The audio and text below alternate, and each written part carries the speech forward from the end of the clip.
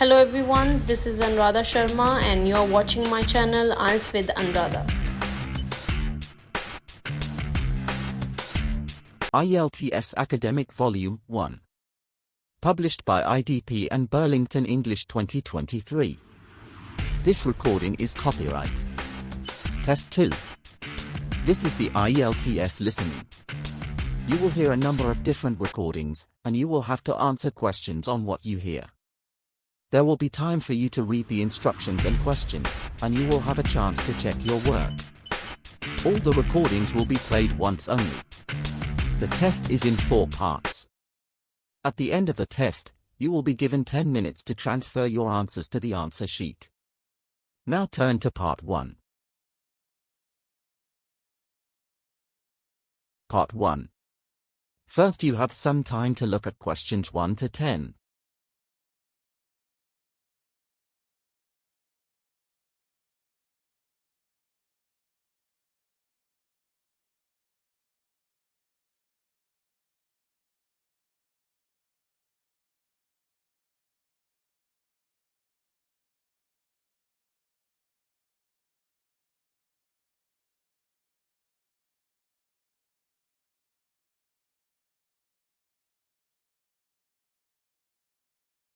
Now listen carefully and answer questions 1 to 10.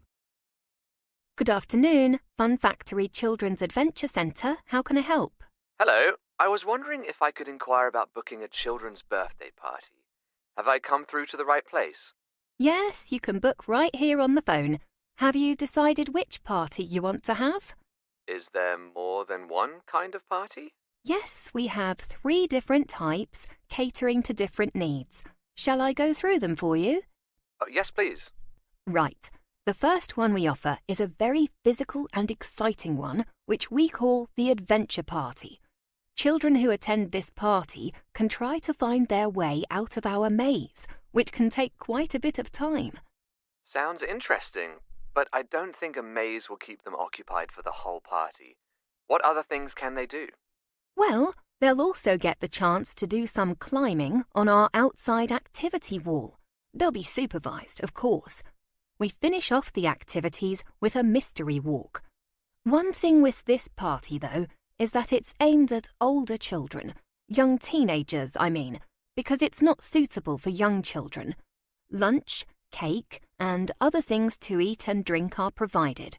But we do ask parents to make sure that their children have a change of clothes. It can be quite muddy outside. Right. Well, my daughter is 11, so that's probably not for her. What other parties do you have available? She might enjoy the magical party. They get to see a fantastic magic show, but they also get to participate. Our magician teaches children how to do simple magic tricks.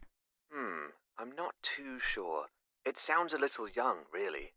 We advertise it for children up to 10, but we've had older children there before, and they've enjoyed it.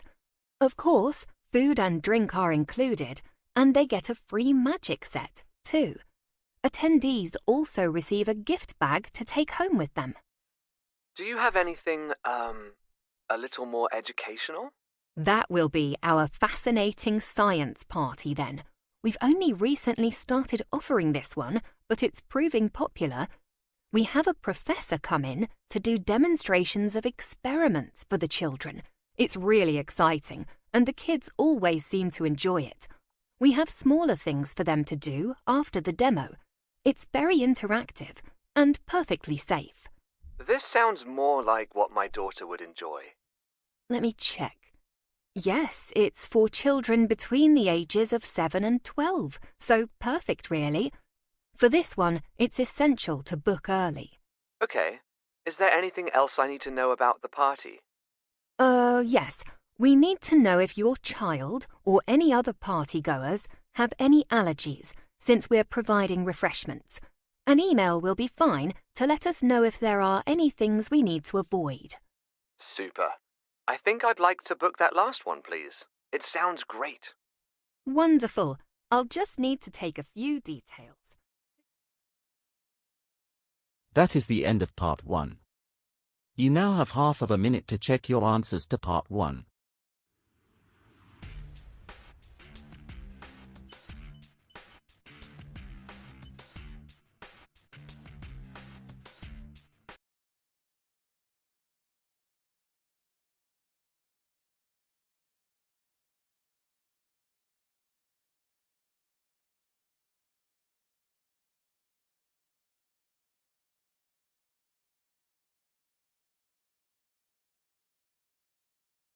Part 2.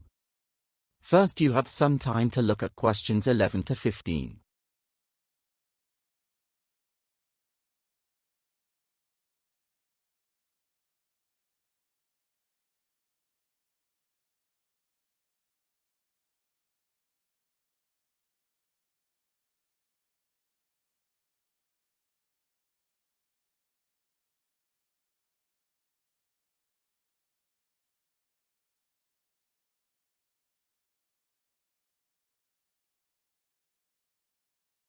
Now listen carefully and answer questions 11 to 15.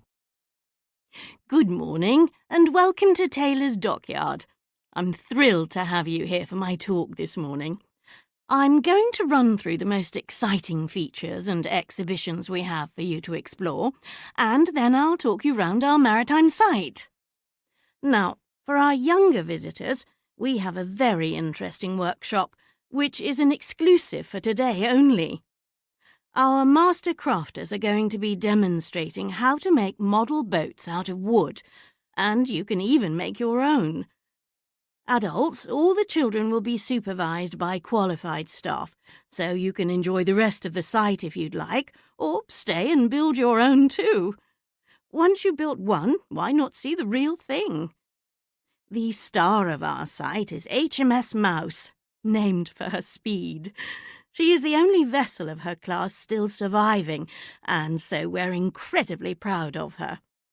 On board, you can visit the engine room, and you also get the chance to dress up like sailors. And if you want to see what it was like for the person at the top, go along to the captain's room.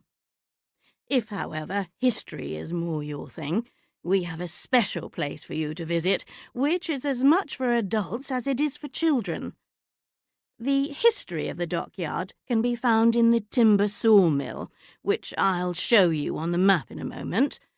Inside the mill, you'll see an exhibition on the naval history of the site, as well as knowledgeable guides who will be able to answer any of your questions. In addition to getting information from the guides, you'll find education packs for students wishing to do any further research on maritime history, and these are free. Finally, I want to tell you about our temporary rope-making exhibition. This is housed on the upper floors of the mill. You'll discover why rope was so important to the workers of the dockyard, and even try your hand at twisting some rope. It's not easy, though. Before you hear the rest of the talk, you have some time to look at questions 16 to 20.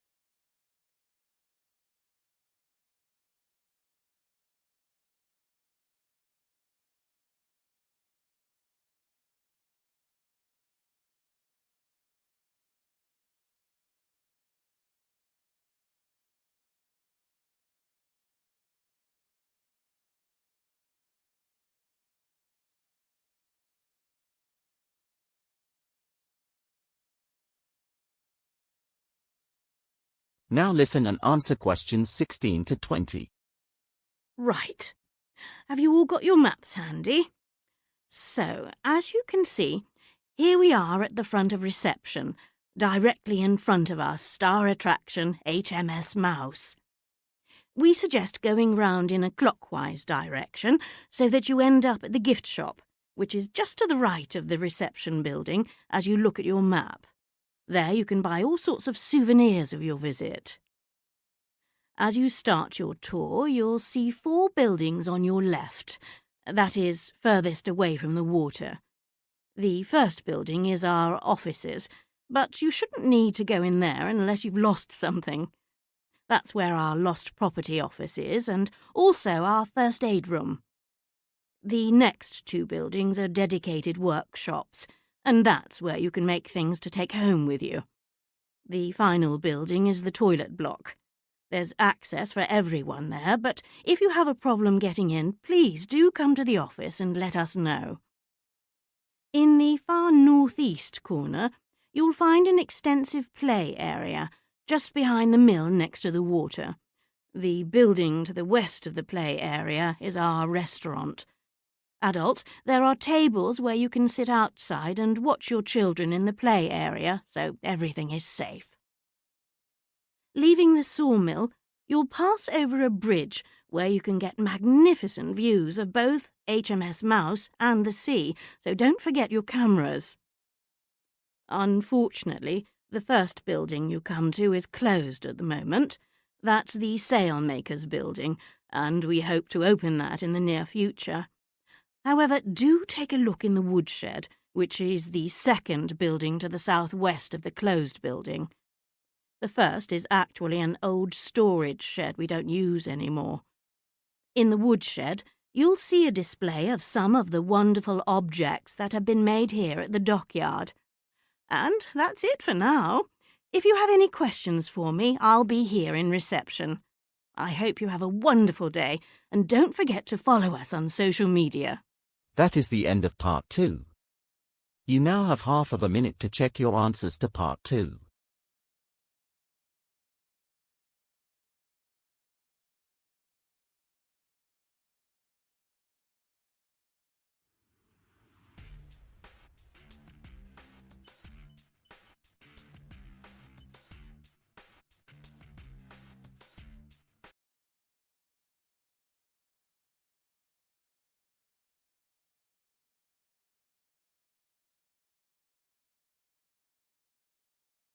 Part 3.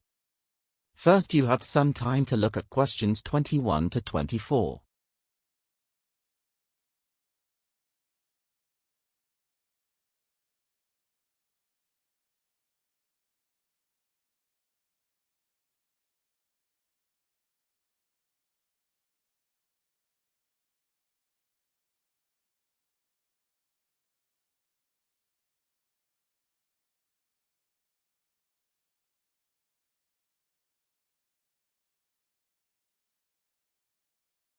Now listen carefully and answer questions 21 to 24.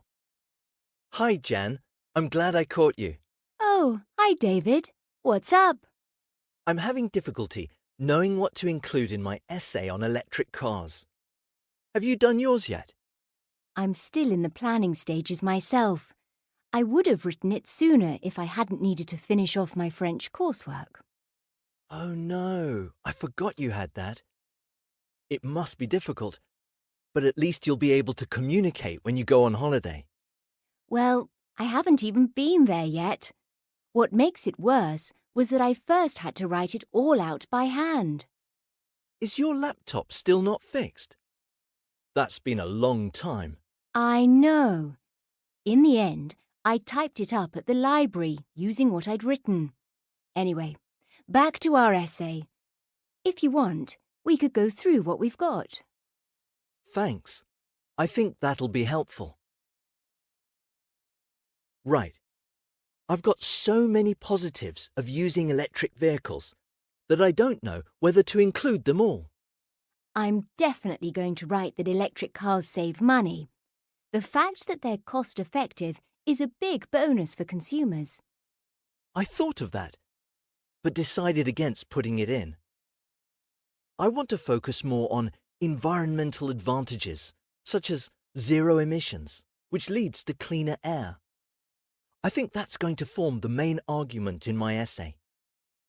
I know that's why they're becoming more popular these days, but I don't think I'm going to go into increasing sales specifically, or how convenient they are to use. I think I'll just stick with the environment. I think you're right. Speaking of environmental issues, I'm planning to include the fact that they are much quieter. Ah, noise pollution levels. Yes, same here. I think it's a really valid point. It absolutely makes a difference to the quality of people's lives. Before you hear the rest of the conversation, you have some time to look at questions 25 to 30.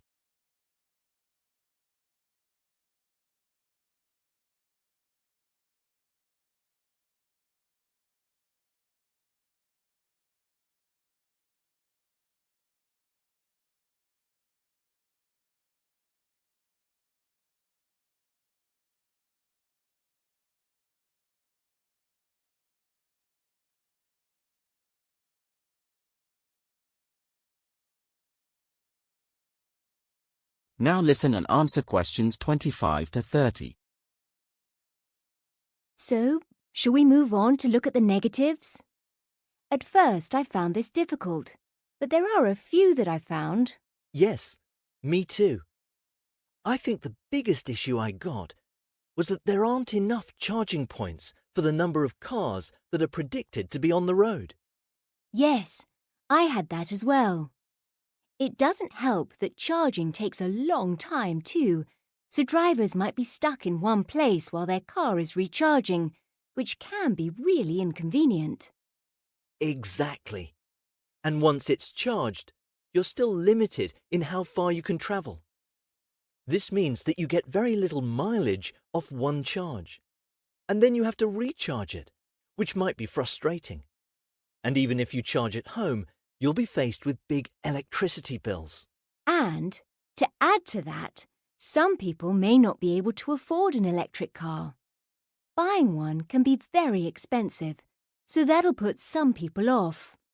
Not to mention that there's a limited range of cars for people to choose from. That's true. But I'm sure it'll change as more models come onto the market. Did you find any other disadvantages? Actually, one of my advantages can be classified as a disadvantage too. I think it's great that electric cars are so quiet, but others see it as a negative point. Really? Yes. Some say that silence may in fact cause accidents. I'd never really considered it before, but the more I think about it, the bigger a problem it might become. I suppose road users and pedestrians may not hear the car coming. I see what you mean.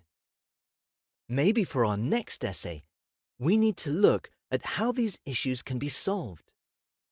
Shall we just go over what we've done? Then I think I might be ready to start writing. That is the end of part 3. You now have half of a minute to check your answers to part 3.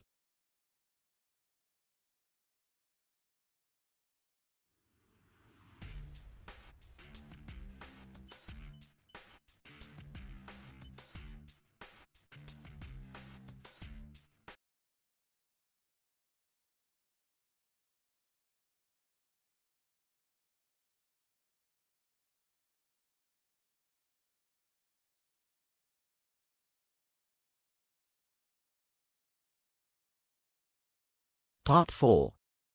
First you have some time to look at questions 31 to 34.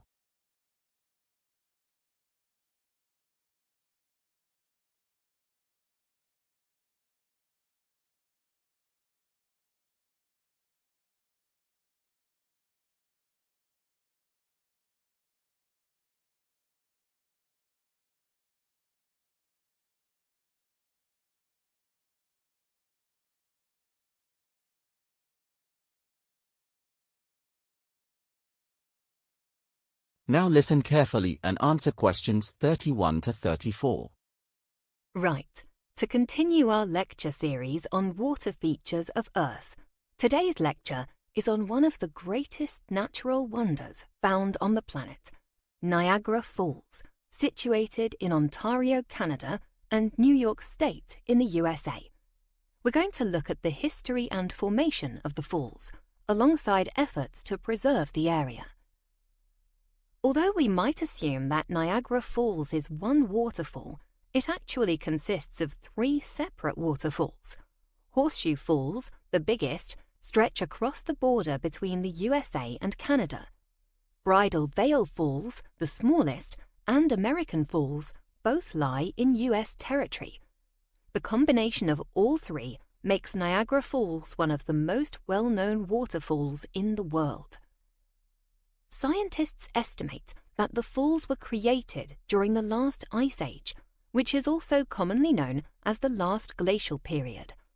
It is generally agreed that this era finished around 12,000 years ago, and it potentially began over 100,000 years ago. At this time, ice covered a vast area of North America in what is known as the Wisconsin Glaciation. The majority of Canada was enveloped in ice, along with various sections of the northern United States, including New England and some of Idaho. Then, of course, the ice started to retreat, or melt. During the melt, the excess water started to fill basins of land, which would eventually become the Great Lakes. Once the lakes had reached breaking point, they drained into the Niagara River, which flows north from Lake Erie to Lake Ontario. As the water flowed, the river cut a large gorge into a cliff face, thus creating the falls. However, the falls that we see today are different to the ones that were created almost 12,000 years ago. In fact, because of erosion and falling rocks, the falls have changed location, moving further south by nearly 7 miles. Scientists believe that erosion continues today at a rate of around 30 centimeters each year. By this calculation, Niagara Falls will have ceased to exist in 50,000 years, as they will have eroded a path travelling 20 miles to Lake Erie, where they will disappear. The erosion process is helped by the annual freezing of water and gradual melt. Horseshoe falls are also evidence of the change, as they have altered shape from a slight curve to the more familiar V shape we can see today. Before you hear the rest of the talk, you have some time to look at questions 35 to 40.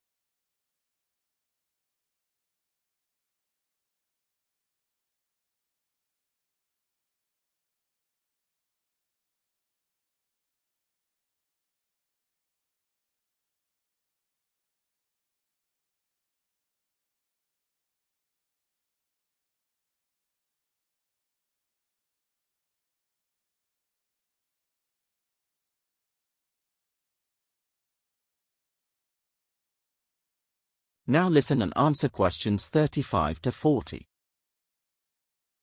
Now, of course, the falls bring a lot of revenue and tourists to the area and aid energy production. More on that a bit later. So efforts have been made over the years to help preserve the falls and slow the rate of erosion. Originally, the volume of water which flowed over the falls amounted to 5.5 billion gallons every hour. You can imagine that this vast quantity of water is quite destructive. As a result of this, the US and Canadian governments have attempted to reduce the amount of water flow. They have done this by constructing barriers underwater which help to redirect the flow. As well as this, they have strengthened the top of the falls using metal bolts. In 1969, the American Falls were completely dried by creating a dam to divert the water over the bigger Horseshoe Falls. This allowed for observations and repair work to be carried out, such as strengthening the riverbed. However, probably the biggest benefit and method of preservation is the production of energy. The falls at Niagara are a historical first because the world's first large-scale hydroelectric facility was opened at the site in 1895. Nowadays, electricity plants in both countries bordering the falls generate enough electricity to power just under 4 million homes. That equates to nearly 5 million kilowatts. There are now 5 power stations on the Niagara River generating all this energy. This diversion for power generation has altered the flow of water over the falls and has divided opinion. On the one hand, diverting the flow helps the preservation of the falls for future generations and alleviates the pressure that erosion places on the surrounding natural structures. Visitors to the area probably don't even notice that the falls are not at full capacity and accept them for what they are, especially if they have never seen them at full flow.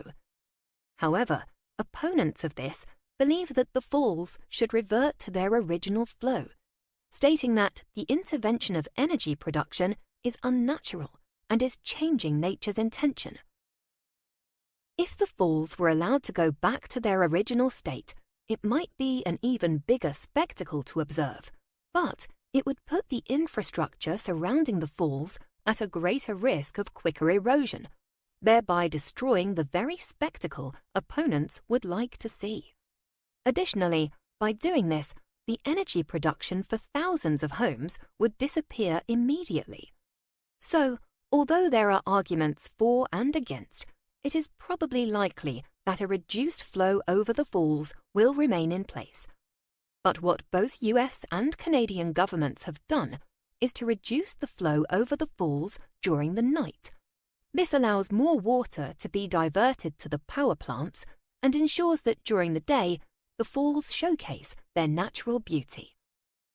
So we've looked a little at the history and formation of the falls, as well as preservation efforts. Now, let's have a look at the tourist impact on the local area. That is the end of part 4. You now have half of a minute to check your answers to part 4.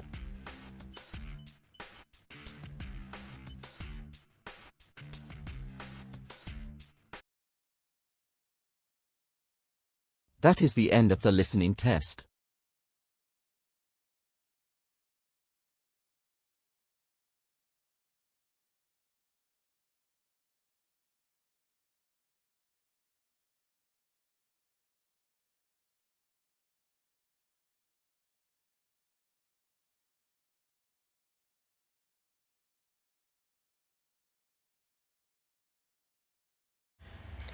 Thank you for watching and stay tuned for more videos.